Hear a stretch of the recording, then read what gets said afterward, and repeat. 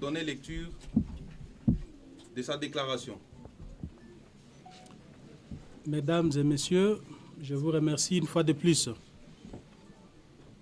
L'Union pour la démocratie et le progrès social, UDPS en sigle, remercie tout le peuple congolais d'avoir répondu massivement à l'appel lancé par le Rassemblement des forces politiques et sociales acquises au changement en vue de constater la non-convocation dans les délais constitutionnels par la CENI du corps électoral pour l'élection présidentielle conformément à l'article 73 de notre Constitution d'une part et d'autre part de signifier le préavis à M. Kabila. 2.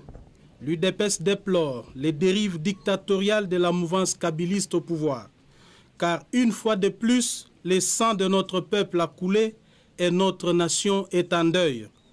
En date du 19 septembre 2016, en lieu et place d'encadrer et de sécuriser une manifestation pacifique, du reste autorisée, le pouvoir a choisi et levé l'option de massacrer et tuer le manifestant en violation grave des libertés fondamentales garanties par notre Constitution et la Charte internationale des droits de l'homme. L'UDPS tient pour responsable le pouvoir de M. Kabila en général et en particulier M.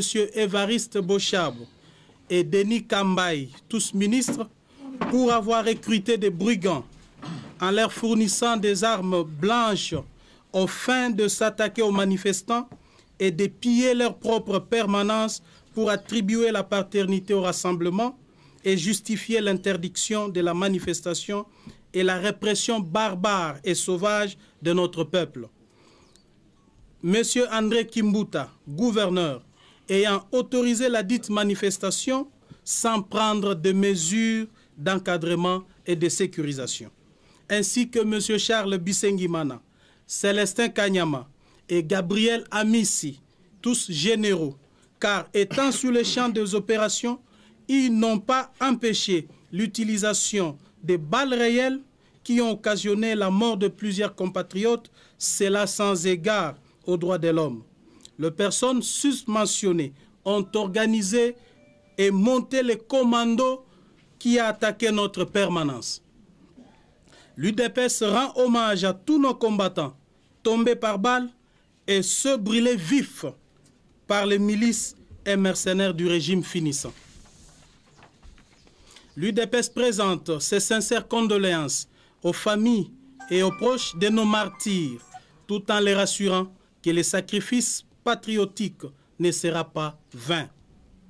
L'UDPS tient à informer l'opinion tant nationale qu'internationale des attaques sanglantes et meurtrières de sa permanence par un commando lourdement armé, au su et au vu de la police nationale congolaise, et cela après la coupure d'électricité par la SNEL. Tout cela durant la nuit du 19 au 20 septembre 2016, occasionnant ainsi la mort de 7 personnes calcinées à l'intérieur du bâtiment, la disparition d'une dizaine de combattants commis à la garde et de lourds dégâts matériels.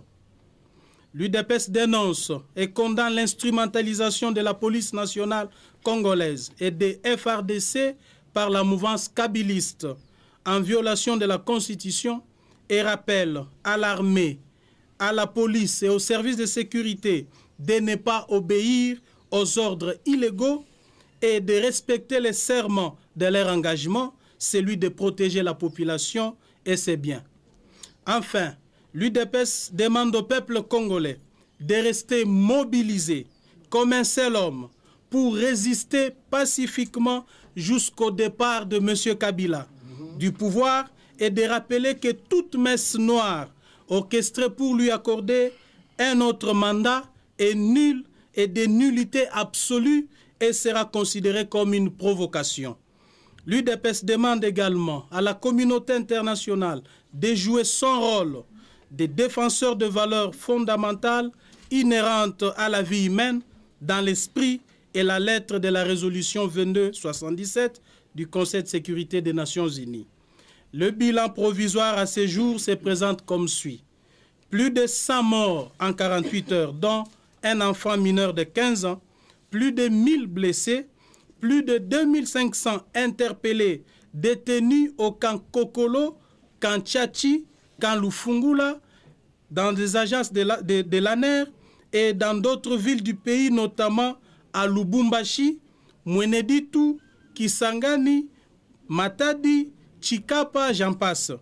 Plusieurs disparus et 4 sièges des partis politiques du rassemblement incendiés. J'ai dit et je vous remercie.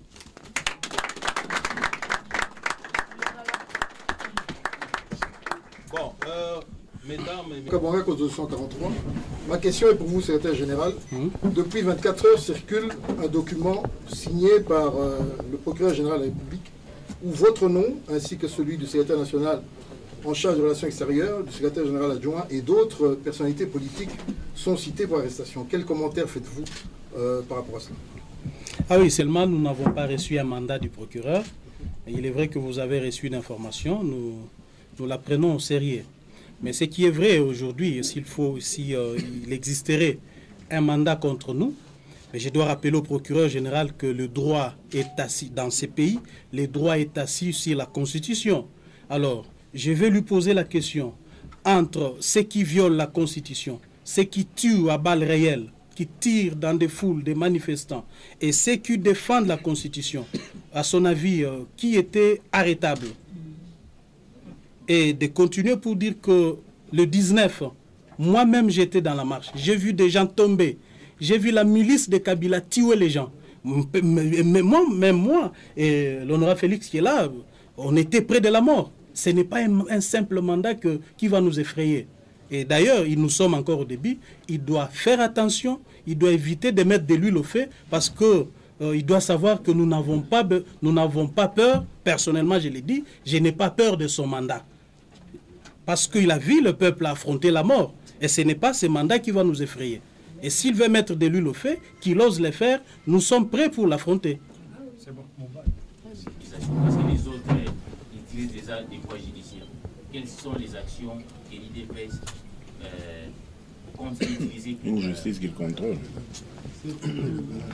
Vous nous demandez par quelle voie est-ce que nous allons recourir. Mais ce n'est pas la voie du peuple, non? Déjà, il y a un préavis qui court. Vous avez vu ce que le peuple est capable de faire. Le peuple a manifesté. Mais s'il recourt à la justice, c'est parce que cette justice est à leur solde. La justice congolaise est sous la coupe réglée de M. Kabila. Donc, ils ne peuvent que recourir à cette justice qui est un bras séculier du pouvoir en place. Mais nous avons ce qui dépasse cette petite justice. J'appelle ça en tout cas justice parce que c'est vous qui appelez ça justice. Ce pays n'a pas une justice. Et nous recourons au peuple qui est souverain. C'est le peuple qui va se décider. C'est le peuple là qui est derrière nous. C'est lui qui finira par triompher. Oppression, allais-je dire. Et l'objectif n'avait pas été atteint. Et que comptez-vous faire maintenant? Nous avons été clairs, madame, empêché. Mais le peuple a sa manière de déposer son préavis. Vous-même, vous avez vu. Le peuple a déposé son préavis d'une manière ou d'une autre. Mais nous sommes qu'au début. Sachez qu'on a 3 mois et nous allons continuer comme ça.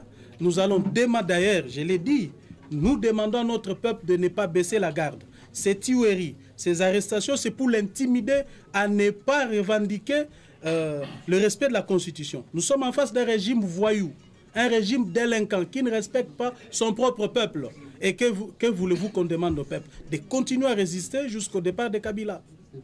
Par rapport à la question de notre ami Eric du journal Le Phare, qui voulait savoir ce que l'UDPS pensait faire à la différence de ce pouvoir qui instrumentalise la justice, l'UDPS compte saisir la communauté internationale afin que celle-ci institue une commission d'enquête qui serait alors objective pour venir enquêter sur les centaines de morts qu'a causé ce régime finissant. Dialogue proprement dit avec Bandeko ya Oya parce que au début vous allez le voir sous-estimer. D'ailleurs, il y a moko assez à Lembi, na évité ce Bolandaki, document moko ndeko congolais azwaki atiaki na ba réseaux sociaux. Il y a moko alobi à Lembi makambo ya Congo. Au monique to yebisaki asimbanzela comme na âge moko boye atikane kokota kota makambo azo maîtriser te. Je crois que maintenant à que la biso nzela po tokoka kokene na dialogue le véritable, pas oyo ozolobana ya monologue wana. Dialogue au biso tozali kozela ezali oyo tokokende kosala arrangement pona le 19 décembre Joseph Kabila atika pouvoir transition et quota et koka organiser une élection réellement libre et démocratique.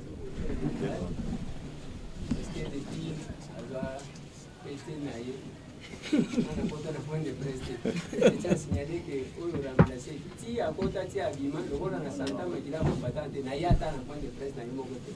Félicitations parce que la santé jusque là, Makila qui combattant les attaques na yo. On tourne en gars Isaboy. Les lotos sangani ao. Nazo se rappelé un certain le 4 septembre 2011. Bandeko ya pouvoir balobaka na biso o balobaki les 19 napo. Et nous allons répondre coup sur coup.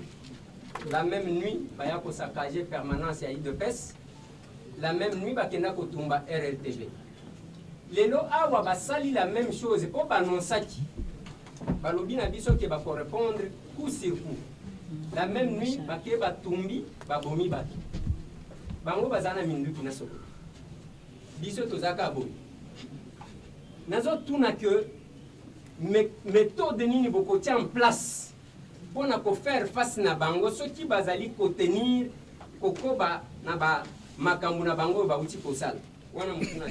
Est-ce que boko ti ko pesa biso avec précision ceux qui bozana ngo combo ya ba combattant o bazikisi na kati ya permanence à 9h moins na kuti ba policier ba tondi liboso ya permanence yango nga na tuna kini émission na ngake boutique eza pembeni wana ba biya kina tongo tongo lelo tozali en face ya batu ya ke soti bosengi bo informer pour la manifestation bazana capacité ndenge bolobi ya ko infiltrer bino. Stratégie nini vous allez mettre en place pour empêcher l'infiltration de qui manifestation à Liboso les actions. Dans la question à Liboso, mais yo le bikaka makamba 2011, nga depuis jeudi passé na saki ronde na ba fédération nyonso na bandaki Sun City. Pour na 2005 boyebi biso toloba que tout s'arrête le 30 juin 2005 boyete. Tout ne s'était pas arrêté. Kabila Tchaka Susuba Soda, maltraitaka Bomaka, il s'est maintenu au pouvoir. 2011 même. Pour naebi que aux années loko moko boy koloba. Au boy koloba que biso toloba que tokozwa pouvoir tozo yangote. Mais naebisio que au morensi au tempo les temps autre mers. Bambulezo landana mezo kesana. Tolobi boye expérience wana ya ba échec tozwa oyo au lobby na bi olobiango politiquement et pesi biso sagesse ya kembaloyo et kozala le 30 juin s'arrête te et kozala 2011 sous makamo imperium oyo bendi biso ti lelote.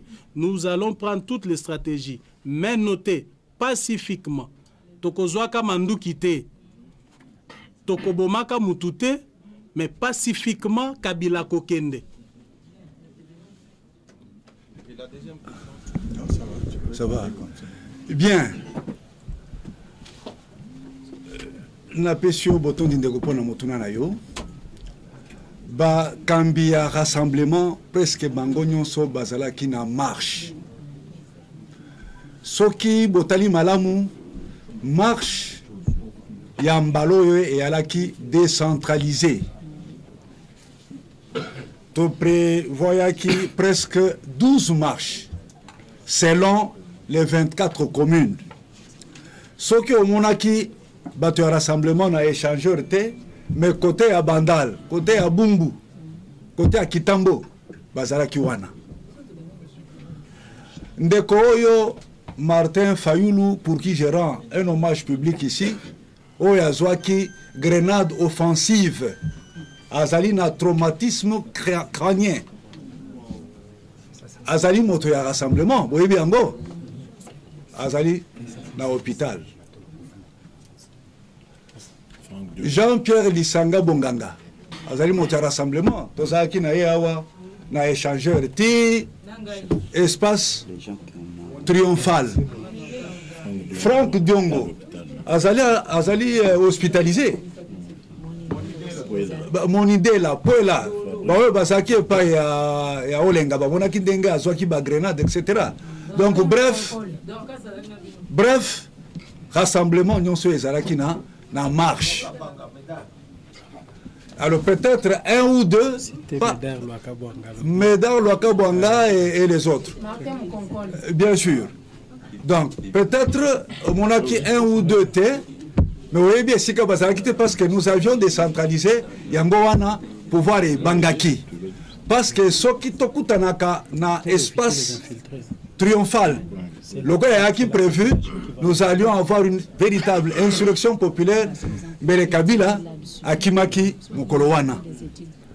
Pourquoi Bazae Nabiso Awate Mokoloalelo, Nabanza Boyokaki, pourquoi Tosaki na concertation en secrétaire général, secrétaire national, Félix, il fallait tout ça la moi concertation. Parce que Balinga Pe, Bazaliko se préparait pour que tout ça la un point de presse na combo ya rassemblement. Alors Balinga qui tout ça la ici Kamoko, tout ça la Elongo, mais ici, Torobi, l'UDPS en tant que parti phare et rassemblement a recoupé sa position naïe. D'autant plus que la plus grande victime est Ali, l'UDPS. Donc, ce qui baillait, ce n'est pas que Tokabwani ou Elokonini, non. Nous sommes en train de nous préparer pour faire, comme on a fait d'abord au niveau de l'UDPS, on va le faire au niveau ya rassemblement. Jusque-là, Ezali ba victime Oyo, ba koufi calciné na permanence na biso. En attendant que tout récolté bah, information par rapport à la mort, parce que déjà, commission Moko est sur pied, cellule de crise Moko est sur pied, récolté par rapport à la blessé, il y a ba mort, na ba o ba kangami, na ba kandenge tolobi angwa. Mais pour na ba o ba koufi, na permanence na biso baza 7, de toeza na Bukasa Kazadi, Bouquin, Mutambamboui John, Mbemba Mwabila Stéphane, Bilomba Évariste, Kapena Pierre, Chondo François, Mbouintumba. De 7 autres, Bimisi Penza na permanence na biso calciné. Bukasa Kazadi Bouquin, Mutamba Mboui John, Mbemba Mwabila Stéphane, Bilomba Évariste, Kapena Pierre, Chondo François, nos combattants. Même dans nos rangs là, c'est facile à découvrir que Oyo Azali infiltré. Tozuyen balamoko to neutraliser. To tche pembeni to mettre en disposition à la justice ou à la police. Bomoni. Mais ceux qui musala na ezali ko sala makaka epa na biso moko na banzi que to ko ba résultat malamu te population et sengeli asali sa biso pe. Mais bato to lobia baleka ki na ba télévision. Ils ont parlé prétextant que bazalaki ko sala réunion na bakulu na pona encadrement na bango. Bango ba sala réunion na bakulu na ndenge nini à un jour ya manifestation na biso. Mais na réunion ana nos combattants ont pris part. Bakotaki na ba réunion parce que tunga totika bango ndengwana te. Certains de nos combattants ont touché les 10 000 et les 15 000 au bazaki kopé sa bango na ba machette. Oui. Basali réunion ana, il ne pensait pas que ba combattants na biso bazawana. Bazuipe bambongo wana, ils sont prêts ya kokende ko témoigner. Pour bango bazo saisir injustice na bangwana. Mais nous allons les défier. Toko présenter ba preuve. D'ailleurs, ngana nazata nangonga mokota ko tele malibosa bato parce que ezali justice kuta malongate. Mais tozana ba preuve bato bakokyo témoigner que yo Denis Kambai opesa ki ngambongo 15 000 mukolote lolobaki boyeboye. Ils sont là. que nous avons tiré la sonnette d'alarme avant le 19. Tolobele ango, toyebisaki ba diplomate, toyebisi ba journaliste, opinion. Ce qui bolandi d'ailleurs, réaction, il y a président François Hollande. Atié en cause l'État. Alobi ezali l'État, mutu ake ko saccagé nani permanence, il y a parti, il y a opposition, et puis l'État mutu azali auteur, il y a massacre nyon so esami, il y a tunyon so bakufi. C'est parce que nous avons fait un travail en amont. To prévena ki bango que voilà, biso tokotambola pacifiquement. Mais toza na information claires, des informations sûres. Et je peux en donner une ici. Oh, il y a des combattants na kotaki na hôtel Aldar, Zali Pembeni, sur l'avenue Mouchi, Kota Kabinda. Il y avait eu une réunion Esikawana avec les autorités de la ville et du gouvernement. Où ba réunissaki bana ba jeunes gens ebele ba pesi bango ba instrument ya ndenge na ndenge na mbongo po baya ko perturber ba manifestation na biso. Tango tobeleli yango ba changer stratégie. Po stratégie liboso ezalaki pendant que tozo sala marche bitumba e bimakati na biso. Bango ba s'en prendre na ba cadre o ya ba parti politique o banga bazala wana ya rassemblement. Et bimasko bitumba na kati na biso. Tango ba moni que tobeleli yango ba changer stratégie. Kaka les mêmes groupes ba s'attaquer na ba permanence ya ba parti o ezali na pouvoir. Pour bazwa justification ya koloba que voilà, ce sont les partis du rassemblement qui ont fait ça et donc ba maquiller répression na bango ba sali contre notamment permanence ya UDPS na ya ba FONUS et tout ça. Pour ba koloba que voilà, ils appellent ba militants na bango. Mais comment ba militants na bango bazo que no agir na Butu? Et à quel comment ça se fait que bazalaki na ba arme à feu na ba arme blanche. Donc ils avaient des grenades offensives, ba lance roquettes na ba lance flamme. Donc ça, ce ne sont pas des comment on dit non, ils ont équipement, il y a combattant. Ça, ils ont équipement, il y a professionnel. Mais heureusement pour nous que aussi so belé la kiango avant. Yango bozomo na maquillage nyonso yo, balingi siko ba bimisa biso, ba auteur ya ba trouble nyonso ana que biso mutu topesi ba mbongo ko batwana bakende ko saccager ba permanence na bango ezali lokuta pe tokobanga yango te. Tokobanga yango te. Ah oui, pardon, général. Il y a une précision, mais je crois que Ndeko Anasaki témoignage, il faut tomber les langues lissus comme d'habitude pour balobakaso qui au moni ndoki. Voilà. Na minute yo tozo le bobo ebi secrétaire général à Lobiango, il y a des milliers de jeunes basés na ba cachot par-ci par-là. Il y a un cachot, on a évité ce qu'on nous a dit comme précision, na Demiap, où on est en train de prendre des jeunes. Bazak au lac Sabango de rapport UDPS, Baïbsi Bango, Sala témoignage, Loba était un Tshisekedi, président et rassemblement, Moutatinda Gibiso, tout ça Bakaswan. Donc, Bozomona, Bazak au préparer l'issue sous montage na Bango, Bamesana Gosala, au Basaïla, Bandeko Diomi, Ndeko Mouyambo, Bandeko Tour, Bazan à prison. Ce sont les mêmes montages qu'ils veulent faire ici.